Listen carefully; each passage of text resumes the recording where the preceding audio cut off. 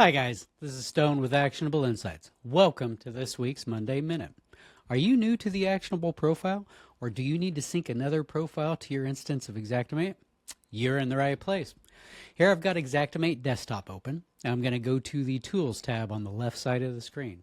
Here in the middle of the screen you have a section called Additional Profiles. In this case, I'm going to sync the Actionable profile to my Xactimate. I've highlighted this, and within this box, I'm going to click on this Sync button.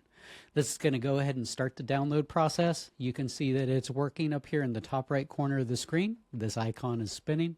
Depending on your internet connection, this might take a few minutes.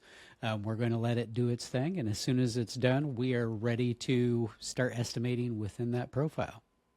Okay, it's done. Here in the bottom of the screen, you can see a message popped up and said Actionable profile was synced. So you now have access to the Actionable profile within your new project tab. We do recommend, once you have synced a new profile, to go ahead in the top right corner of the screen, go ahead and click on this sync button again. This refreshes Xactimate, make sure that everything is fully up to date to the most recent version, and then you are good to go. From that point, you'll be able to go to New Project, and you will be able to select your new profile from your list. Thanks for checking in on this week's Monday Minute, guys. Keep learning and growing.